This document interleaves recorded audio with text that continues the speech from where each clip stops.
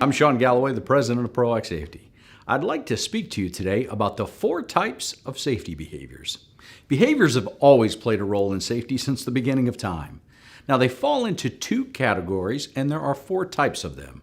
There are culture-related behaviors, and there's also injury and incident prevention behaviors. Now, the types that they fall into are both mandatory and discretionary for injury and incident prevention, and mandatory and discretionary for culture.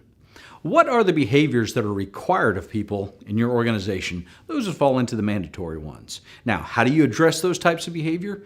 Through control. You don't say, pretty please, lockout, tag out. Those are things you have to do to remain employed in many organizations. Now, there are also behaviors that are discretionary, like don't put any part of your body where your eyes haven't previously scanned, what we call eyes on task or eyes on path. Keep yourself out of the path of the potential for moving energy, line of fire. So there's mandatory injury and incident prevention behaviors and discretionary ones. The discretionary ones for injury and incident prevention, the way you address those is through influence. You can't write a rule that says thou shalt look where you're going, even though it's a good idea. From a cultural perspective, there are behaviors that are required, like you can't harass somebody. There are behaviors that are required, like you have to show up to most safety training or report certain types of events within a certain period of time.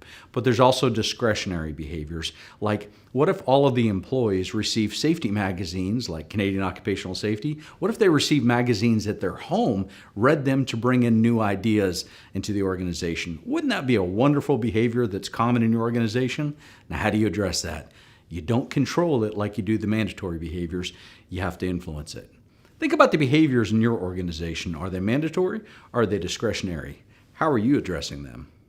For more information on this topic, visit us at proactsafety.com. Thank you. Have a wonderful week.